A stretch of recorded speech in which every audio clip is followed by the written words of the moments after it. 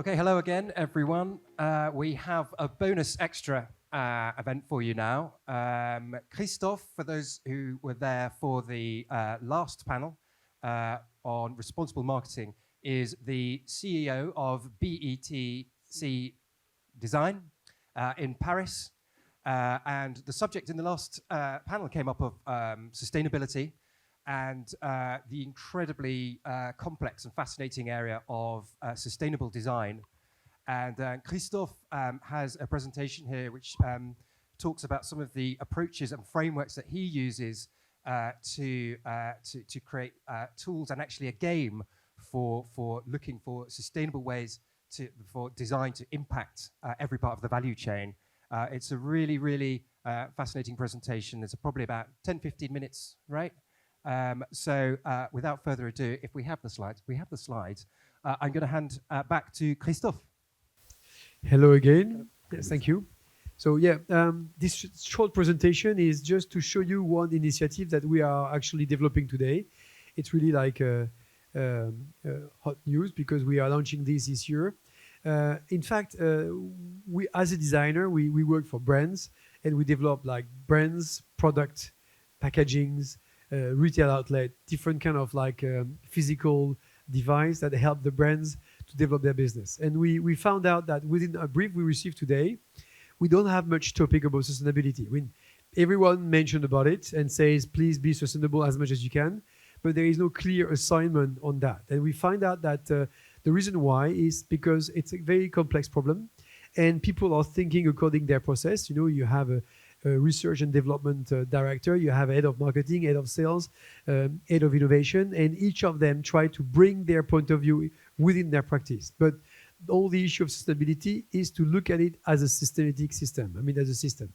So we decide to invent a tool that helps us to engage a conversation collectively with our client, integrating all the different practices of the company we're working with around the table to think together about sustainability.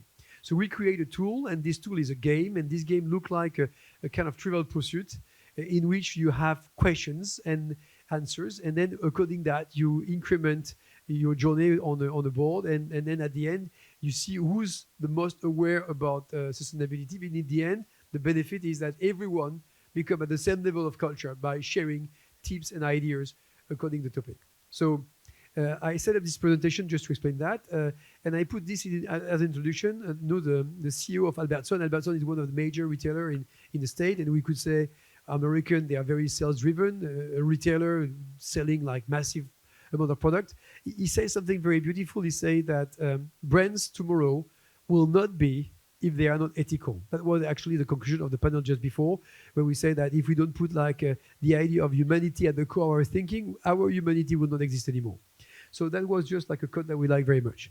The second thing we wanted to say is, in fact, the problem is already so big that, in fact, it's not only to think the future, but it's also to solve the present time. And today, we are very much in a situation to be obliged to be like designing the hard waste and pollution. It's already a topic to think about how we solve the existing problem. So this issue brings us, in fact, to, as a designer, as I was saying before, to have an impact on what we're doing and on what our clients are doing. Actually, we have a responsibility. And this responsibility, could stay here in these 5 kind of like duties or role we can play, because we have a chance to change things. So one of the topic is to say that as a designer, we have a responsibility in how we conceive the business of our client.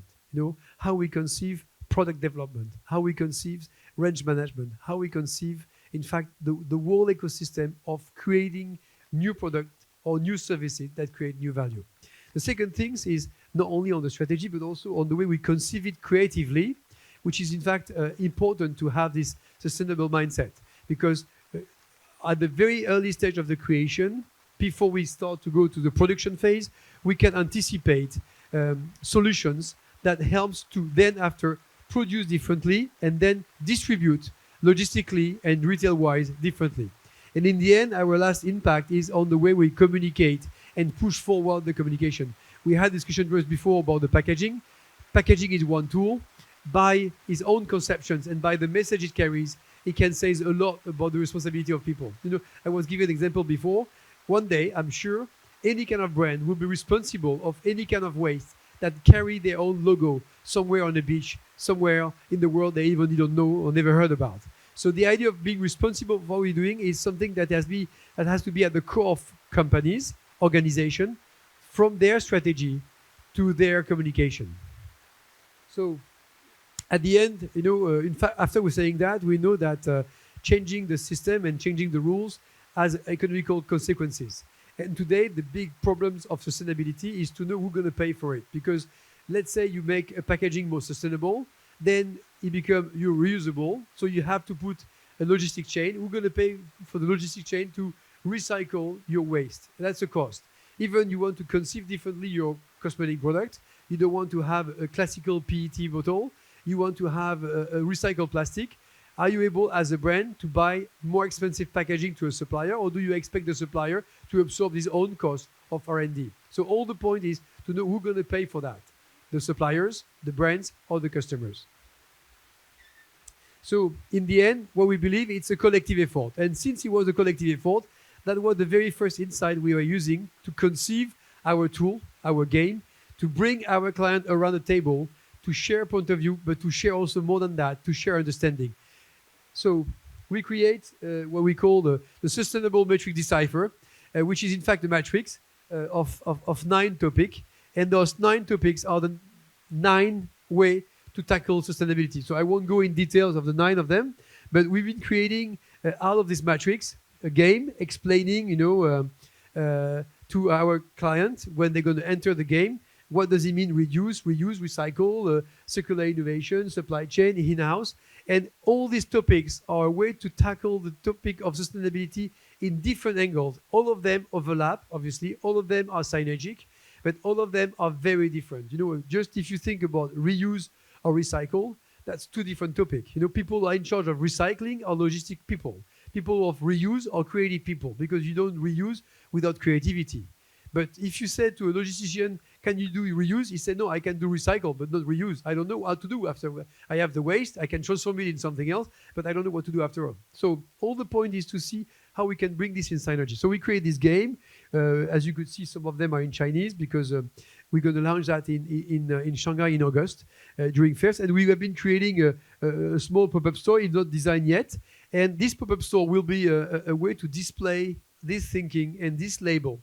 We want to create with this label a kind of a universal label, not endorsed by BETC at all, something with a committee, ethic committee behind, that would give a certain certification. So it's not to say you're good or bad, but it's more to give you a rank on this 9 topic about how much what you're doing as a product, as a service, is sustainable or not. So you can do your own evaluation, and then you have your own note. The idea is not to make a classification yet, but more to give the chance to people to bring consciousness within the organization. And the game is there, you can see. So it's a real physical game. We design it with recycled plastic, that are the different kind of like colorful piece, and recycled wood.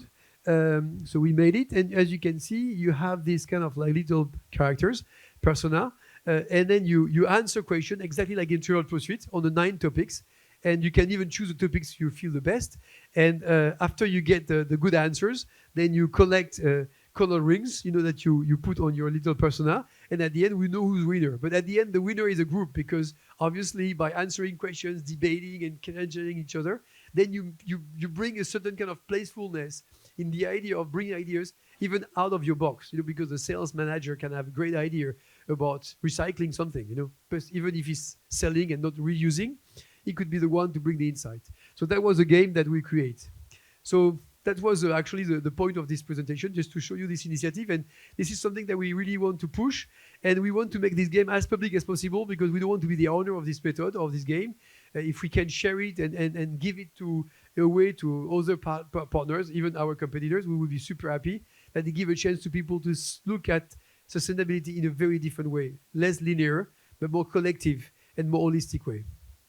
And then to conclude, so this is our sustainable packaging manifest, because we have a white book that we are finishing to write down.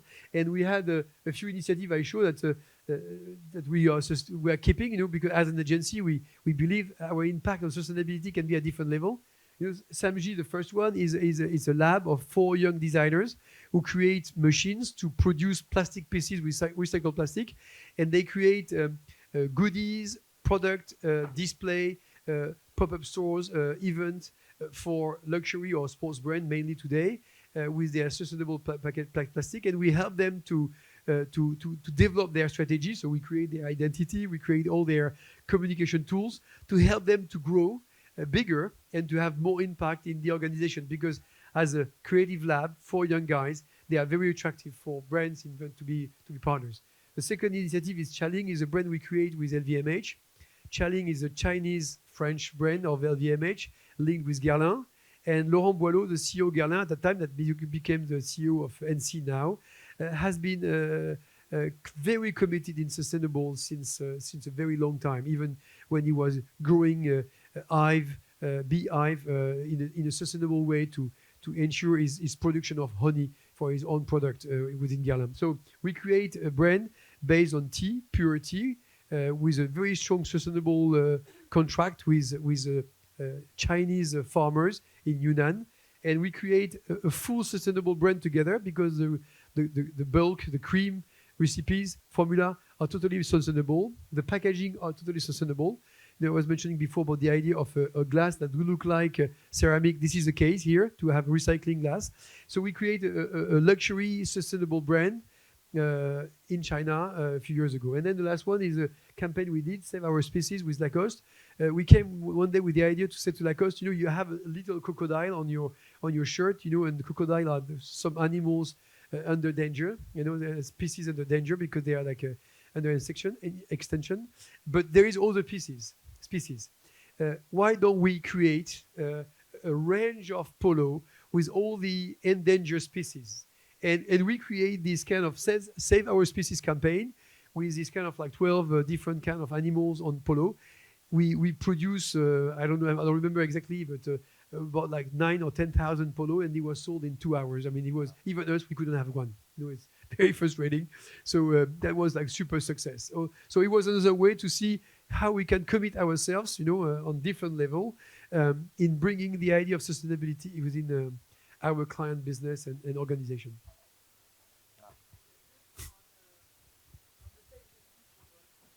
That I really like. Sorry, on the Save the Species one that I know, and we have it at Act Responsible, and it's really beautiful and clever. I think it went on a second year, right? It was done one year, and then it went on. You did another campaign a second year. No, it was only once. Just only one. Yeah. Why is it only once? That's a very cruel question. Actually, when you do communication, you have to bring attention. And it's very difficult not to bore people. Obviously, you could redo exactly the same, but that would be a kind of trick that you say to people exactly the same message every year on the same topic. Actually, with the money they raise, they invest in a foundation, and they bring this money in the foundation to help a foundation to help and defend the species.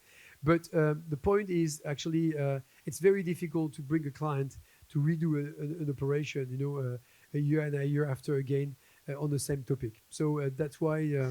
I think, on my point of view, I think because what I really liked about this operation, it's two things. It's you did it with a brand that is very powerful everywhere in the world, so the message went through all around the world.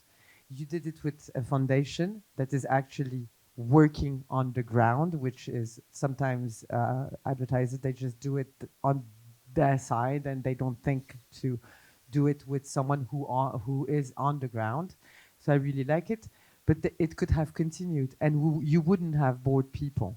Because also, I think what is missing in sustainable communication, or the idea of its commitment, its continuity, and actually, I think the people would love to see that, and then communicate on the results. What the advertising is tackled and pointed because they're doing coup, and a coup is great, but it needs to transform on something that is more sustainable.